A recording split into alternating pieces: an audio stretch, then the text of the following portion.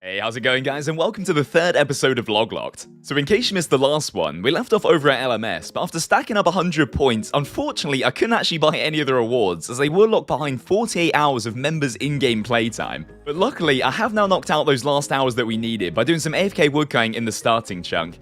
And even though it was pretty slow with my steel axe, we are now up to level 57 woodcutting, which means I can use the canoe system to travel over to LMS without having to run through the wildy anymore. In the process of getting the woodcutting level, I also knocked out level 52 fletching, along with around 70k GP by fletching bows and selling them to the general store.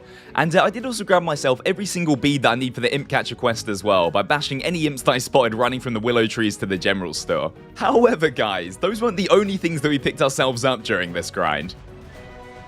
Oh my god! Oh, I just can't believe that happened. Oh my god, I was so reclined. What? I just got the beaver from a willow tree at... Oh my god. No way did that just happen. It's like 6 AM now. I was so far back in my chair. Oh my god. I don't know what to say to that. The first pet on the account already. 56 woodcutting and we get the beaver. We can't even insure it yet. That's the point, actually. We can't even get to Arda yet to insure this thing. Oh my god.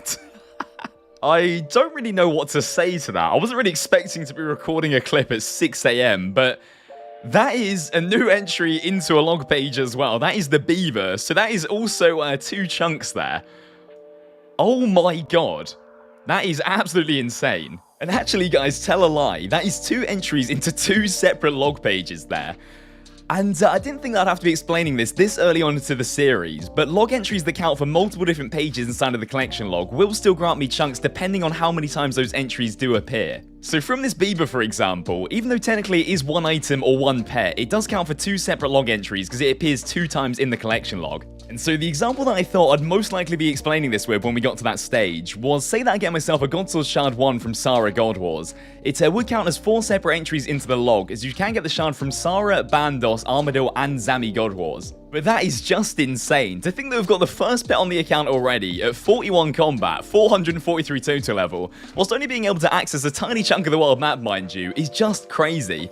But with that said, this beaver has just opened up some more chunks of the world map for us. So that is 2 free bonus chunks for achieving a new entry into 2 different log pages, and also 2 chunks for the 2 beaver log entries themselves. And when I do go ahead and choose what chunks I want to unlock, this is actually going to put us up to 23 chunks of the world map unlocked in total, meaning the amount of collection log slots required per chunk has now gone up to 2 instead of 1. And just in case you're wondering, and before I see all the comments on this, because I got the beaver entries all at once while still being on 19 chunks of the world map unlocked, this means the 2 log slot rule will only come into effect starting from now. So with that said, guys, I think I'm going to go for a little change of plans for the start of today's episode, and actually work on knocking out some early game quests now that I've been given this absolute gift of 4 chunks. So for the first 3 chunks, I'll be going for this Wizard Tower chunk here, this Draenor Manor chunk here, and then finally this Varrock Palace chunk here as well. And for the final chunk choice, this might be a little bit unexpected here, but continuing on from the plan that I had at the end of the last episode, I will be going for this Fishing Trawler chunk here, as it can be chartered to from the Ports Rim chunk that we unlocked last episode.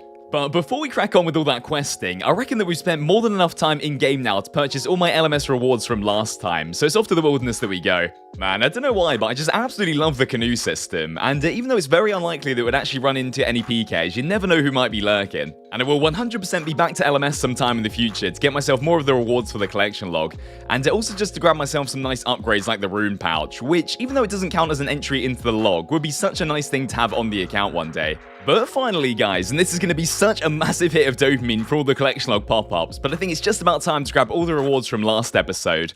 And like I said before, we do already have the chunks unlocked for these log entries, but if I'm not mistaken, I think I said I was going to go for the Ornate Maul Handle first, then the Steam Staff Upgrade Kit, the Lava Staff Upgrade Kit, the Dragon Pickaxe Upgrade Kit, the Ward Upgrade Kit, the Green Paint for the Dark Bow, and then finally the Victor's Cape 1 for winning a game of LMS as well. Like I said last episode, none of these rewards really have too much use now, but I'm sure in the future we will be able to use some of these upgrade kits. I completely forgot to mention as well that Jagex once again seems like they really want to help me out with the series, as along with the combat achievements update, they've essentially added an inbuilt collection log that can be accessed anytime through the character summary interface. But with all those log entries acquired, I think it's about time to crack on with some of those early game quests. So it's a little bit inconvenient getting to Draenor Village this way, but I'm sure one day we'll have all these starter chunks unlocked. And with Draenor Village unlocked, we've also gained ourselves access to our first rooftop agility course. The only issue is I do need level 10 to use it, and obviously early game, most people head straight over to the gnome course to get those early levels out of the way. But I do have myself a pretty interesting strategy to get myself up to level 10 agility without the gnome course, which I will speak about very soon. And also, any imp or genie random events that I've had so far have gone straight onto agility. And there we go, probably the most difficult quest to ever exist out of the way. There is the imp catch completed already. For 1 quest point, 875 magic XP, and also a nice free amulet of accuracy upgrade as well.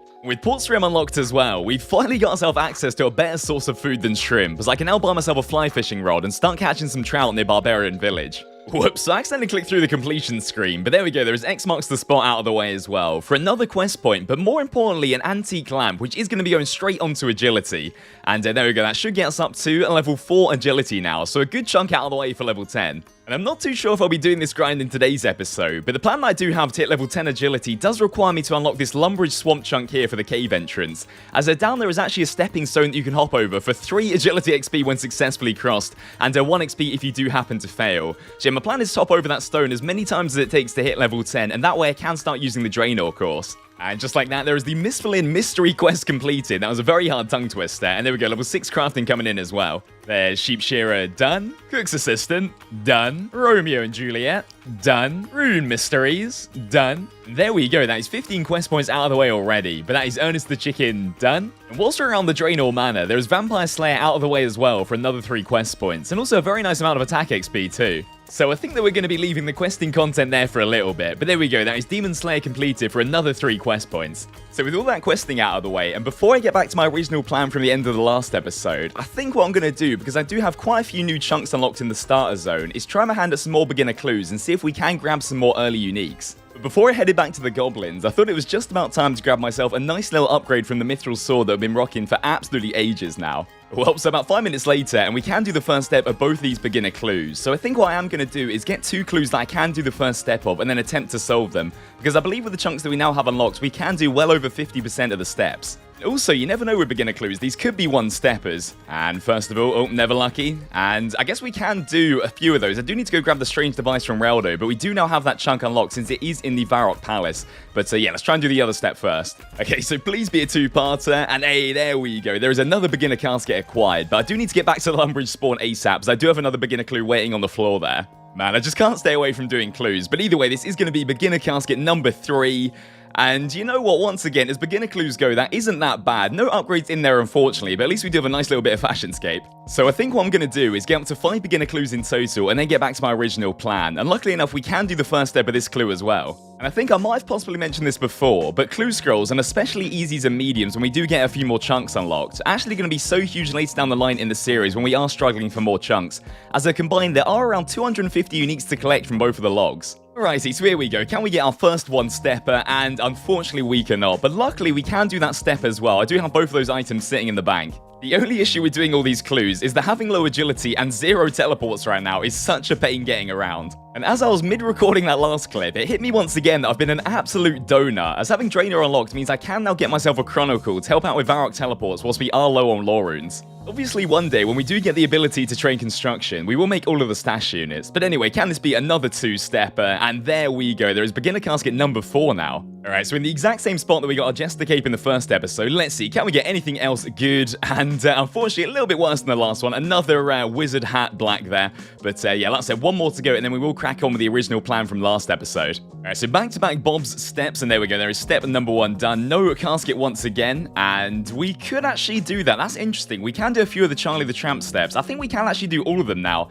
And now that we've got access to the cows over there, we can do the leather-related ones as well. Alright, so once again, gotta get back to Lumbridge ASAP for the other clue, and there we go, another 2-stepper there. I think every single one of these so far has been a 2-stepper, luckily. So we're gonna save this Charlie the Tramp step for next time we try and do some beginners. But either way, here comes casket number 5, and 2 iron pickaxes there, and steel axe as well. Unfortunately, nothing that we need, but like I said before, we are now gonna crack on with that plan from last episode. Well, actually, guys, tell a lie. This iron pick is an upgrade over the bronze one that we have been using so far, so I guess I'll take it. And I'm pretty sure that a lot of you guys might have been able to guess my plan from one of the chunks that we unlocked earlier, but my next plan for log slots is to chart myself over to the fishing trawler and play the minigame until we do pick up the full angler set. And so like I said before, now that we do have over 20 chunks of the world map unlocked, that now means that we need 2 entries in the log per chunk. So yeah, the full angler set will grant us 2 chunks in total. And after we have picked up the outfit, I will then be heading over to another recently released fishing minigame, which again I will talk about a little later in the episode. Now obviously, we could travel over to the fishing trawler by using the minigame teleport, but since we haven't actually travelled to that chunk yet, I think it would only be fair to charter there first. Luckily, from all the cash that we stacked up earlier from selling bows to the general store, we can actually buy all the supplies that we need to play the minigame. I can't actually remember how much swamp paste you need on average for the full angler set, so I'm going to start off with 500 and see how far that gets us. So if I remember correctly, I believe they changed the drop rate of the angler pieces from a 1 in 8 to a 1 in 12, so in theory we should be here for 48 games for the entire set. So we go first KC over the fishing trawler, and can we get anything? I mean, a little bit of food, probably not too useful there, but there's level 25 fishing at least. So I haven't actually played any fishing trawler at all since the update, and I didn't even know this was a thing, but I'm pretty sure I can cap my contribution points from just chopping this enormous tentacle. So yeah, that means we're going to be saving so much money from not having to buy any swamp paste.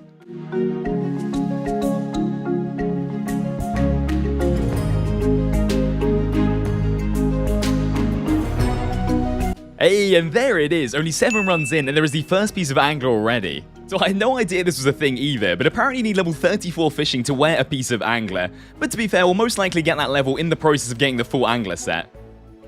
Damn, what the hell? That didn't take long at all. Literally a few trawlers later, and there is the second angler piece already. So, no angler lurking in this net, unfortunately, but that should now be level 34 fishing, meaning we can now equip the angler set. And obviously one day we'll need this full set for minnows, and also for a master clue step as well, but we don't really have to worry about either of those for quite a while. Oh, and there it is. So only a little bit of a dry streak since the last one, but I think we're only on about 30 runs in total now, and there is piece number 3. And there it is, guys. And man, my luck on this account so far has actually been pretty damn spicy. That is only 36 runs in total for the full set of angler, and that is also our first complete page inside the collection log as well. And so even though full angler is a very important part of my next plan, another of the main reasons why I did want to go for the fishing trawler early is because, and you guys probably did spot this from the little log entries tracker down below, but the angler outfit actually counts as an entry into both the aerial fishing log as well as obviously the fishing trawler log as well. And so guys, this now means with the full set acquired, we've just unlocked ourselves 4 chunks in total for the 8 entries themselves, and also another 2 bonus chunks for the entries into 2 new log pages. So once we've gone ahead and unlocked these next 6 chunks, that is going to put us up to 29 chunks of the world map unlocked in total already. So yeah, only 1 more chunk to go, and then the amount of log slots bumps up to 3 instead of 2 per chunk. Okay, so after quite a bit of thought, for my first 3 choices, I'm going to be expanding a little bit from where we started off in the previous episode in Barbarian Village, and make my way west and then down into Falador. And then for the other 3, and this is where my plan comes in with the full angler set. So first off, I'll be going for this Ruins of Unka chunk down here, which can be travelled to from the ferry from Al Kharid. And next up, this little boat chunk here. And then finally, this Temporos Cove chunk over here. And luckily enough, the island is all a part of the same chunk. So with that said, guys, my next plan for log slots is going to be the Temporos minigame, which has 12 different uniques to collect, including Spirit Angler, which is essentially a transmog of the regular angler set, which can be modified by using Spirit Flakes. The great thing about Temporos as well, besides the fishing XP of course, is that a lot of these items, like the Tome of Water or the Fish Barrel for example, are actually really useful items to get early on an Ironman, as so far not a lot of our log entries really have had too much use on the account so far. So I think what I'm going to do to end off today's episode with, guys, is to snag myself around 100 reward points and see if we can grab any of those uniques before we do wrap it up for today. So luckily for me as well, the only real requirement to take on the Temporos is level 35 fishing, which conveniently we picked up over the fishing trawler. And I have actually played a little bit of the minigame on my Clue Seeker account before, so I've got a pretty good idea of what I should be doing. But to be fair, Temporos isn't exactly the most difficult piece of content in the game.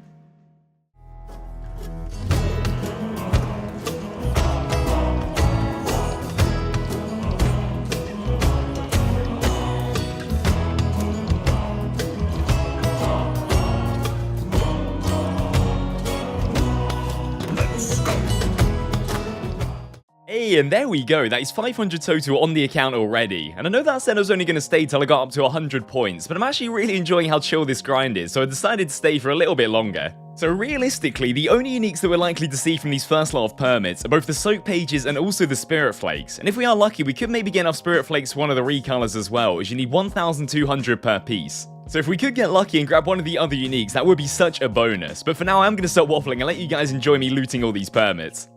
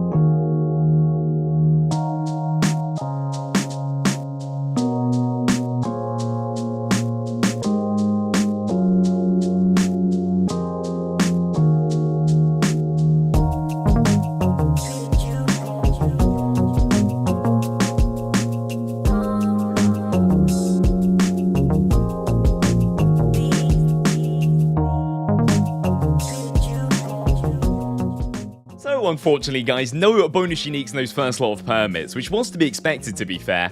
However, we did grab both the soaked pages and also just enough spirit flakes to recolor one of my angler pieces as well. Before I forget, let's see if we get anything from these caskets. So, first up, some jades, alright, not too bad. 5k cash, can't complain with that.